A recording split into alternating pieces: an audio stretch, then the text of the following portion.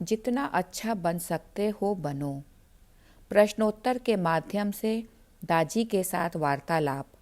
Kamlesh T Patel किशोर बच्चों के साथ संबंधों के बारे में अपने विचार साझा कर रहे हैं। प्रश्न: क्या हम माता पिता एवं किशोर बच्चों के बीच संबंधों की बात कर सकते हैं?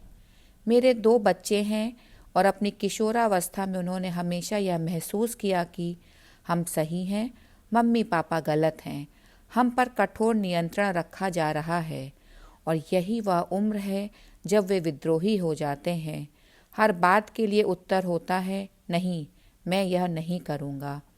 मेरे मित्र के माता पिता उसे यह सब करने देते हैं, आप मुझे नहीं करने देते, आप गलत हैं। और यही वह उम्र है जब किशोर बच्चों एवं माता पिता के बीच थोड़ा अलगाव या दूरी आने लगती है। इस बारे में आपका क्या सुझाव है तथा हम इस संबंध को कैसे सुधार सकते हैं?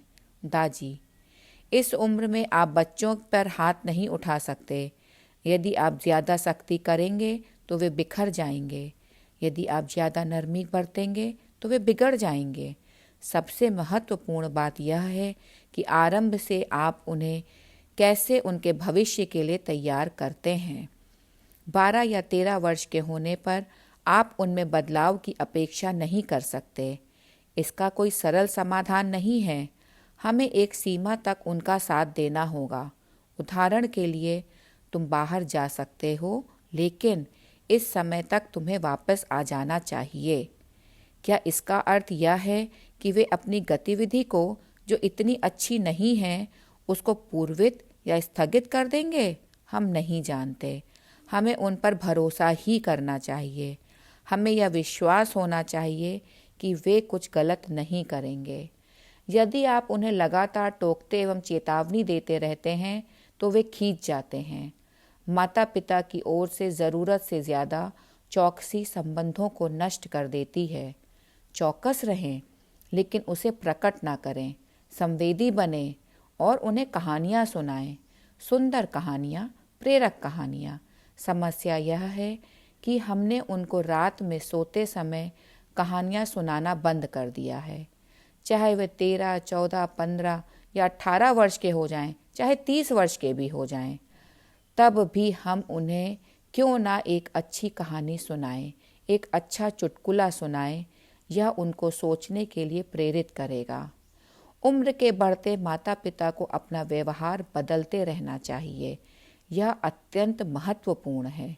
उदाहरण के लिए, परिवार में दादा दादी अपनी वृद्धावस्था के कारण अधिक समय तक नहीं सोते हैं। वे 4 बजे उठ जाते हैं और देखते हैं कि उनके 4-5 वर्षीय पोता पोती अभी तक सो रहे हैं। वे कहते हैं, उठ जाओ, हम जल्दी उठ जाया करते थे। देखो, मैं बूढ़ा हूँ, लेकिन फिर भी जल्दी उठ जाता हूँ। तुम्हें पढ़ना चाहिए। यह ठीक नहीं है। प्राकृतिक दृष्टि से छोटे बच्चों का उनके अपने विकास के लिए अधिक समय तक सोना जरूरी है। हमें ऐसा होने देना चाहिए। यही उम्र है जब वे देर से उठते हैं। जब बच्चे जागे हुए हों तो हम उनकी अवलोकन क्षमता को बढ़ा सकते हैं, जैसे फूल कैसे खिलता है, सितारे कैसे चमकते हैं आदि बातें बताकर। उन्हें प्रेरणादायक चीज़ों में व्यस्त रखें, उनको तारे गिनने दें। वास्तव में वह क्षण बहुत सुंदर होता है। उनको देखने दें कि पत्तियां प्रतिदिन रंग बदलती हैं। बच्चे को प्रतिदिन एक ही पेड़ या पौधे के पास ले जाएं और कहें, इस पेड़ को देखो, कल हम फिर यहाँ आएंगे और इसका रंग देखेंगे। लगातार इस प्रकार के कार्यकलाप करते रहें। एक कॉफ़ी मग लें और उसे मिट्टी से भर दें। मिट्टी में थोड़े से बीज डाल दें तथा देखें कि कैसे नए अंकुर फूटते हैं। अवलोकन का यह प्रशिक्षण जो हम उनके बचपन में उन्हें देते हैं बहुत महत्वपूर्ण होता है। यह सब एक उम्र तक हो सकता है। उसके बाद हम उन्हें जीवन में नियमितता लाना सिखा सकते हैं। सुबह जल्दी उठना, कैसे बैठना, कैसे बात करना, किस तरह का संगीत सुनना आदि। यह लय छोटेपन से ही उनके हृदयों में डाल देनी चाहिए। जब वे किशोर होते हैं, उनमें एक आंतरिक जागृति आती है और वह धीरे धीरे मानसिक एवं भावनात्मक रूप से अपनी निर्भरता माता पिता से हटाकर स्वयं अपने ऊपर लाने लगते हैं। वे चीज़ों की खोज करने लगते हैं और उनका पता लगाने लगते हैं। हमारा काम है उन्हें सही मार्गदर्शन देना। रौब जमाने वाला ना बने, उन्हें भाषण मत दें। यदि आपका बच्चा कहे मैं इसको करके देखना चाहता हूँ, आप कह सकते हैं ठीक है करो, देखें क्या होता है। हमेशा नकारात्मक मत बने, हमेशा प्रश्न ना करें तुम क्या कर रहे हो। आप अपने बच्चे को अपना बचाव करने वाला बना देते हैं।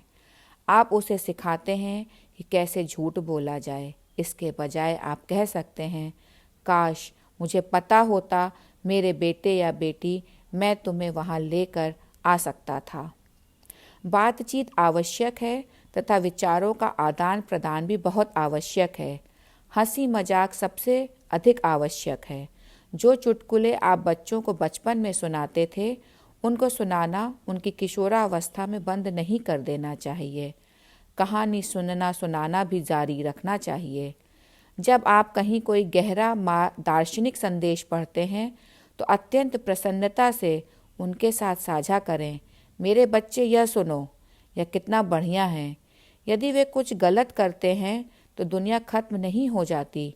बच्चे बेवकूफ़ नहीं होते, वे जानते हैं कि उन्होंने गलती की है, लेकिन हम उसे याद दिलाकर स्थिति बिगाड़ देते हैं। देखा तुमने क्या किया है, मैं जानता था कि तुम यही करोगे। तब वे विद्रोह करते हैं। उन्हें पहले से ही पता है कि उन्होंने गलती की है और वे बुरा भी महसूस कर रहे हैं और अब आप घाव पर नमक छिड़कते हैं। आपको अप्रत्यक्ष रूप से भी संवेदी होना होगा। ऐसे व्यवहार करें जैसे आपको कुछ पता ही नहीं, क्योंकि उस समय उनका अहम उन पर हावी होता है। वे अपनी गलतियां अपने माता पिता के सामने नहीं लाना चाहते जिसका वे सम्मान करते हैं। वह यह भी सोचते हैं कि मैं अपने माता पिता को निराश नहीं करना चाहता। भले ही बच्चा गड़बड़ कर रहा हो, लेकिन फिर भी यह अंतर्बोध उसमें हमेशा होगा। इसलिए वे झूठ बोलते हैं, इसलिए वे छिपाते हैं। नहीं तो अगर उन्हें अपने कार्यों पर इतना गर्व हो तो वे उसको आपके सामने ही करेंगे। उनकी चेतना अभी भी जागृत है, जीवित है। लेकिन आजकल कुछ माता पिता ऐसे भी हैं जो अपनी इच्छाओं एवं अभिलाषाओं के अनुरूप बच्चों का पालन पोषण करते हैं। तो आपकी क्या इच्छा है, आपका क्या शौक है, आप अपने बच्चे में क्या पैदा करना चाहते हैं, आप अपने बच्चे की नियति का निर्माण कैसे करेंगे। जैसे जैसे आपके बच्चे बड़े होते जाते हैं, हर आयु में उनके प्रति आपका दृष्टिकोण बदलता जाना चाहिए। एक बार जब वे वयस्क हो जाते हैं और उनका विवाह हो जाता है, तब उनका अपना जीवन होता है। इसलिए तब दखल क्यों दें। जब वे आपके पास आएं, आप अपना जितना अच्छा बन सकते हैं बने, अपना सर्वोत्तम दें, लेकिन दखल अंदाजी करने की कोई ज़रूरत नहीं। उन पर टीका टिप्पणी करते रहने का काम नहीं आएगा। तुम्हें यह करना चाहिए, तुम्हें वह नहीं करना चाहिए। उन्हें यह कहने का अवसर ना दें कि आप बेवकूफ़ हैं।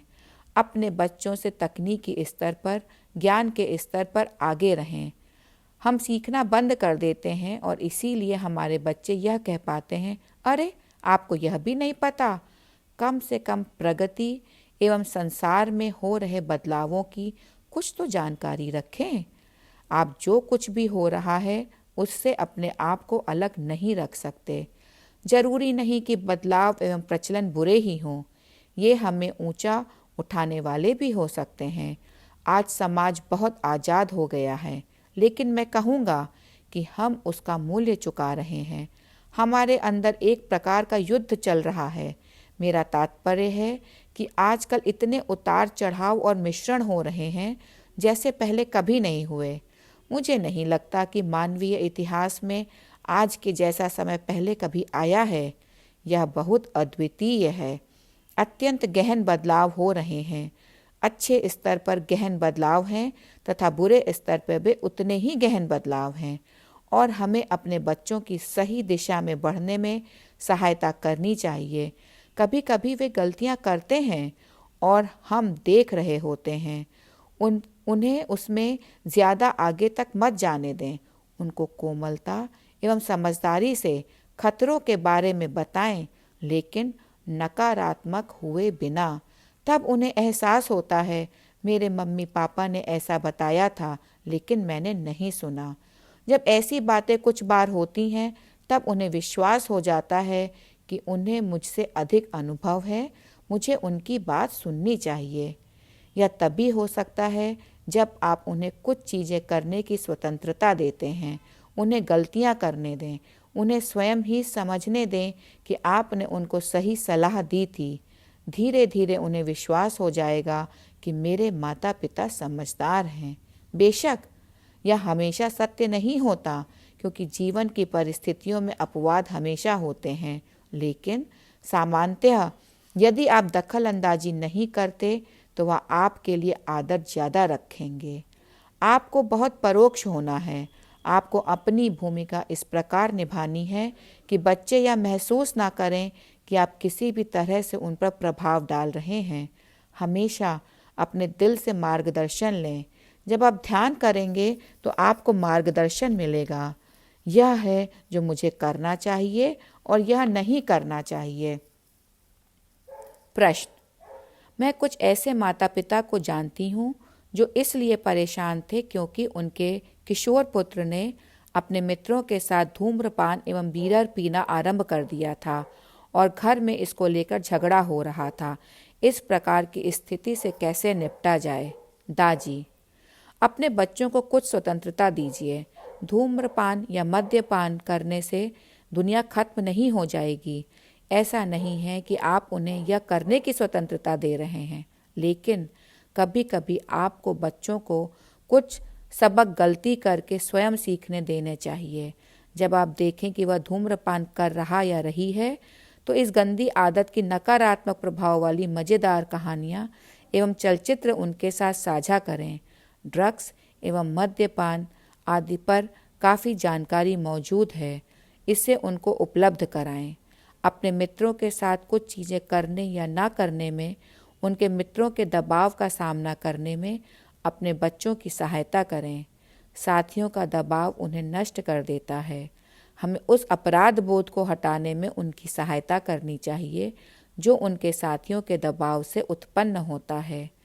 हमें उनमें यह आत्मविश्वास जगाना चाहिए कि तुम में कुछ चीज़ों के लिए ना कहने की क्षमता है। अपने विवेक का प्रयोग करो, अपने मित्रों का मार्गदर्शन करो। वे ना समझ हो सकते हैं, लेकिन तुम तो समझदार हो।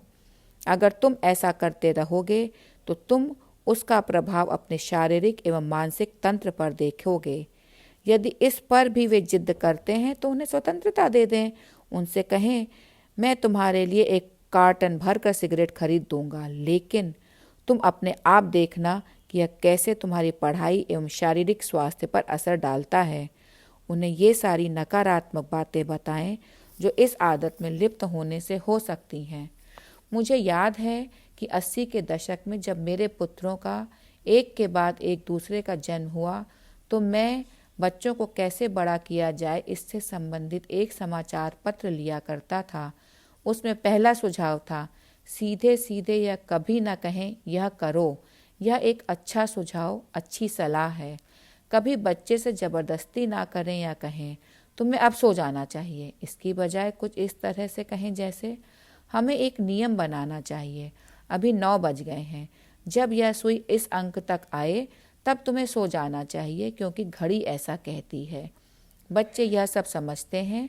इसके बाद जैसे जैसे वे बड़े होते हैं, वे अलग ढंग से तर्क करते हैं और वह अलग बात है, लेकिन जब वे छोटे होते हैं तब यह उनके प्रशिक्षण का मामला है। उन्हें अल्पायु में ही विद्रोह करना ना सिखाएं, उन्हें घड़ी को ही दोष देने दें। धन्यवाद।